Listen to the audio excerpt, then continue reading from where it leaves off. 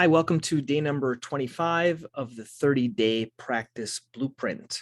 We're getting down to the end, only a few days left here. It's been a long 30 days. I don't know if you guys have listened to this over 30 days, but it's kind of a lot of content. I try to keep everything to about 10 minutes or less every day. Some days we go a little bit more. Hope you guys have found this beneficial. What we talked a little bit about yesterday was x-rays and ultrasounds. I didn't really go into MRIs. I know some people have MRIs in their own office. I usually send mine out for MRIs, but I review them with the patients when they come into the office. But really, x-rays are one of the bigger line items, I guess, in what we produce every month. We do a lot of x-rays, and the key really is to have the staff really well trained at doing x-rays and just getting them before they even see you. Okay, we have to be really good at that. Today, we're going to go over some non-covered procedures. So in the past, a couple of days ago, we talked about procedures that are covered. For example, cortisone injections, for example, procedures of like nail avulsions and debridement of nails or strapping of the foot, different things that insurance covers. There's a lot of procedures, though, that insurance doesn't cover, and there tends to be more and more of them. And I'll tell you kind of what works in my practice. I would love to know what you guys are doing and what's working in your practice. If mine might be different from mine, and it could be my practice or my confidence level of doing these things, and I'd love to improve it. You guys certainly reach out to me if you're doing things different than me that's working better. I want to improve. I want to provide content for other people. I'm hoping to cover today about a lot of focus will be on shockwave, because that's one of the biggest non-covered procedures that produces me. So I'm talking 80-20. So what are the 20% of the things that bring in 80% of my revenue? So shockwave is one of those non-covered procedures. I guess orthotics would be another one of those, but really shockwave is really doing great for me. Amnio, we do that. We don't do a ton of it. It's not a huge revenue producer just because of the price, in my opinion. PRP, we don't really do that. We have it available, but we don't do it just because amnio is so easy. And then there are some nail procedures that produce quite a bit as well, and we'll talk about that. And then tomorrow we're going to be talking about circulatory studies in the office. So let me kind of share a little bit about the backstory. We have more of a sports med practice. That's kind of what we like. My partner does. He's an ultra marathoner and a triathlete and things like that. And so that's kind of what we cater to. And we had been traditionally treating patients, like everyone else, with stretching and cortisone injections and everything else like that for plantar fasciitis, for example. And then we started to learn about the foam rolling and the deep tissue work to the back of the calf. And that's something that we incorporated. We talked about that when we were talking about in-office dispensing. So if you're not doing that, I would certainly kind of do a deep dive into the mobilization work in terms of the calf, the hip, the everything else that's involved, the core. And then what we got into a couple of years ago, I think it's, I don't know, maybe 5 years or so now, we got our radial shockwave. And then recently we've got a focused shockwave. So we have both of those. And those are really been a great adjunct to our practice, because no one around really has both of them. There's some people in Boston, but not really where we're at. So it kind of sets us apart by having that technology. They're expensive technologies, I want to tell you. If you're by yourself, they're kind of expensive to do, but you kind of get what you pay for and what you focus on. So if you make that your focus, my main word to you is that I wasn't doing as much of it until I did a deep dive into learning everything that I could about shockwave. So basically, a lot of people, what I find, and this is the challenge, is they get infatuated with new technology and they get it and they never use it. Okay. And I want to say I'm to blame. I've done that as well. So for example, I started with Cariflex. That's that fake nail that you put on top of nails. I started with that and I didn't do much of it. And so I don't know if I talked about this with you guys before in the past, but there's a whole phase of learning. Okay. You have to, it's called commitment. Okay. Courage, confidence, and then capability. So capability comes last, but what you have first is the commitment to try to learn something. Then you have to have courage to do that. And a lot of times that's where we peter out. We peter out at the courage component. We just give up. We're too busy. We'd rather just have someone teach us. We'd give it to someone else, have them do it. So we don't have the courage. If you don't have enough courage, you're not going to get your capability up, and then you're not going to have confidence. And so for CariFlex, for example, putting on the fake nail, my first ones were like this thick. They were huge. No one liked them. And then as I did them over and over and over again, a lot of them, then they started to thin out. They started to look better. And then patients would come in and refer their friends, and they would cry because they had better looking nails. Okay. So that's one that I wish someone had told me in the beginning, was something like that, was really how to get better at doing things. Okay. It's the same thing with Shockwave. So in the beginning, I had Shockwave. I wasn't doing a lot of it.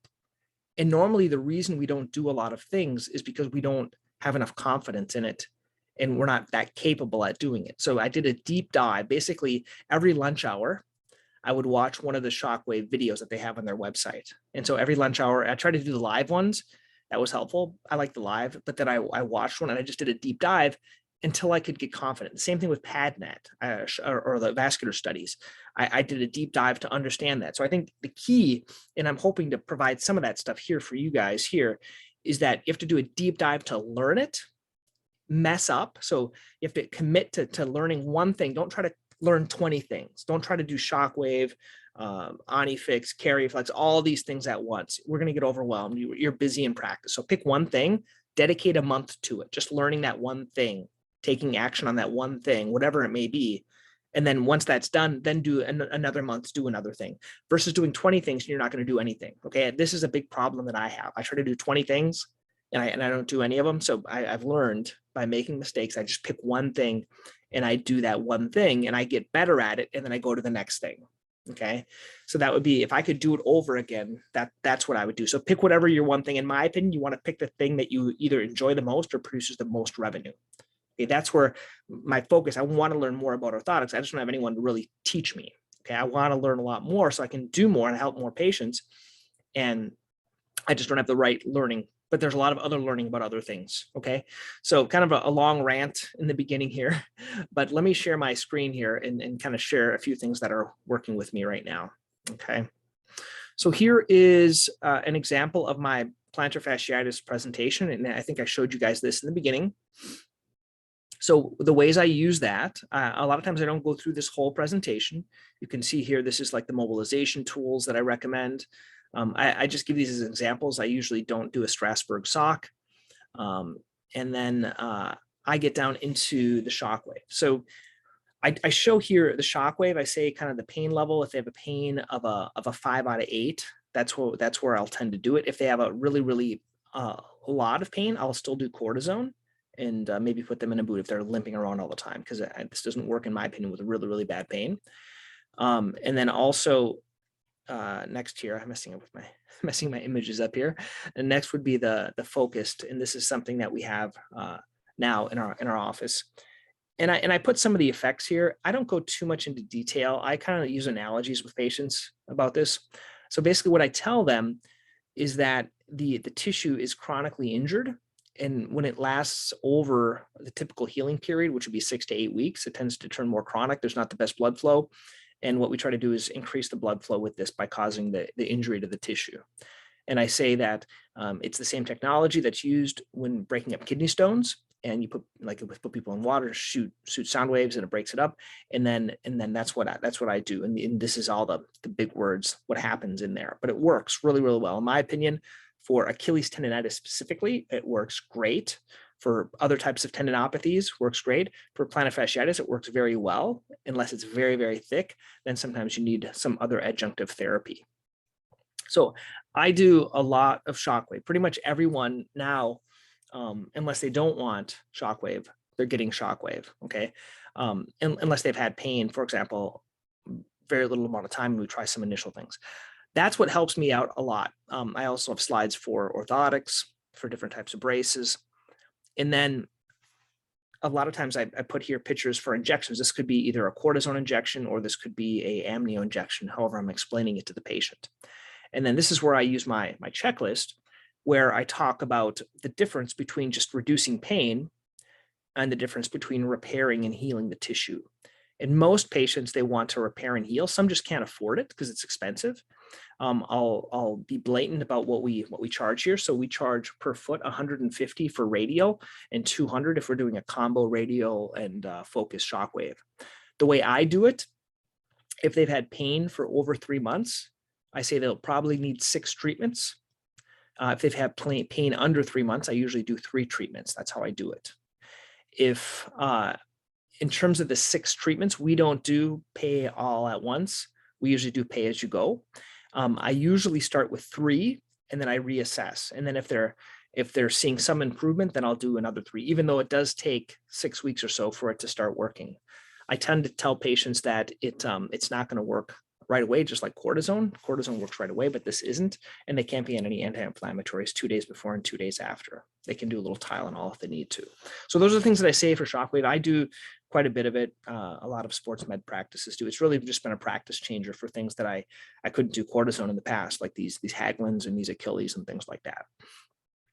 Now, if they have a lot of abnormalities or thickness on the tendon itself, or I can see within the ultrasound some injury to the tissue, we'll do the shockwave, and then some patients, they want to do the amnio. We have an amnio injection. We charge $1,500 for it, so it's a very expensive type of therapy.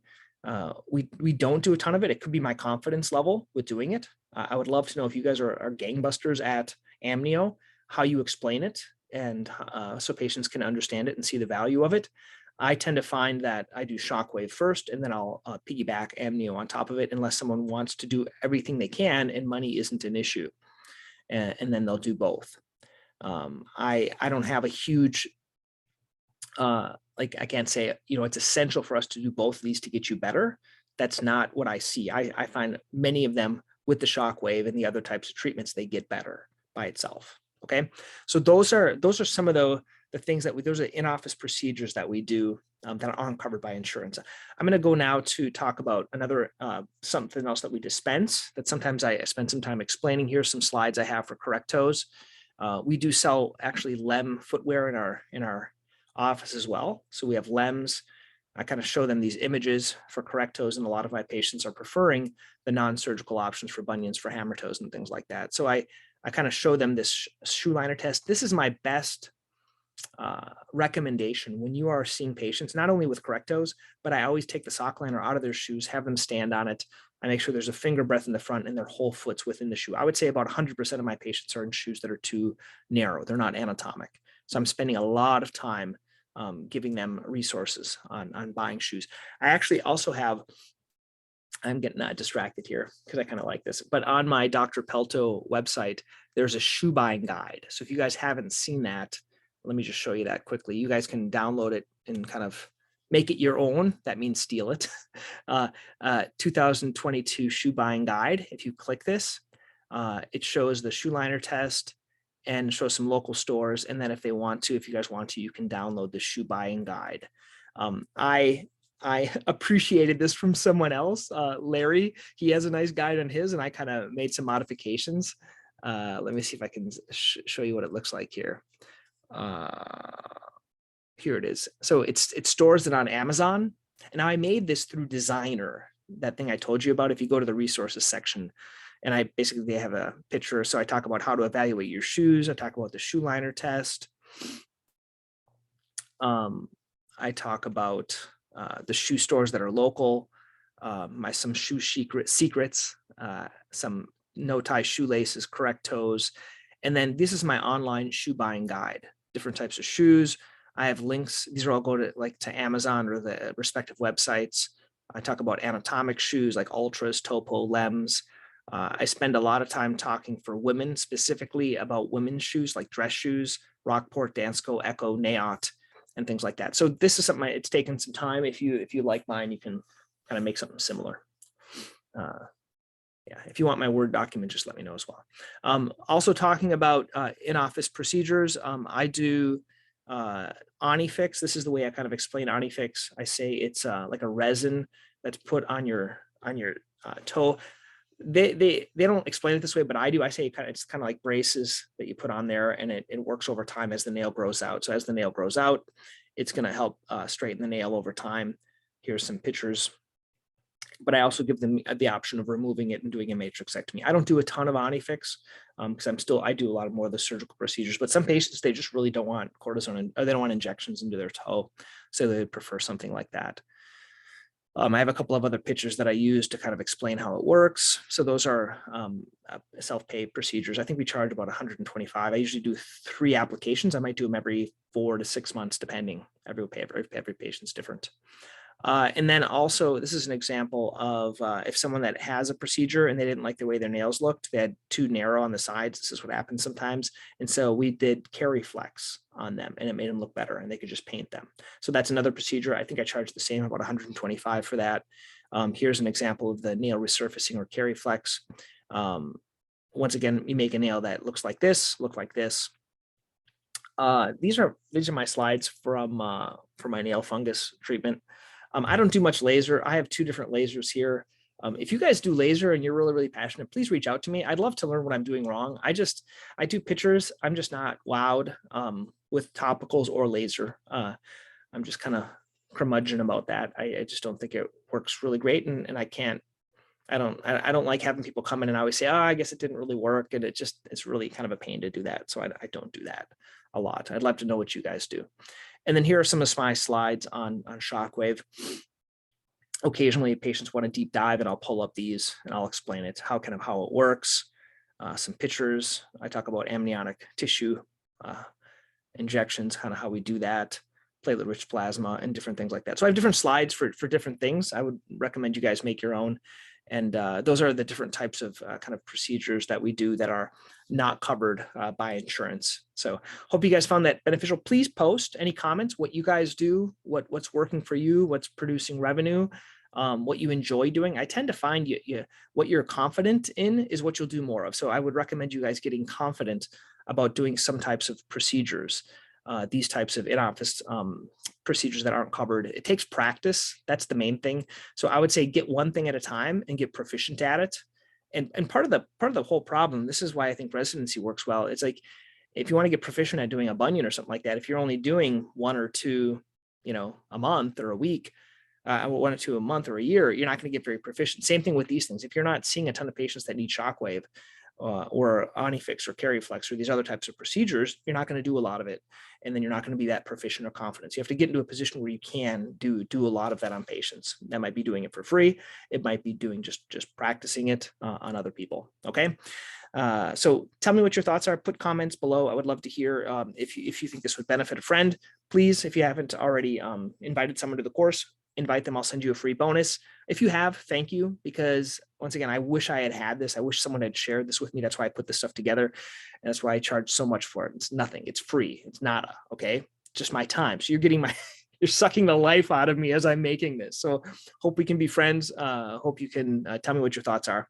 Please put a comment, put a testimony. Hey, Don, this is great. Or Don, this sucks. Or you rant too much. If I ran too much, who cares? You're not paying for it. Okay. So I will see you guys we're talking tomorrow about circulatory studies in the office. Okay. Thanks.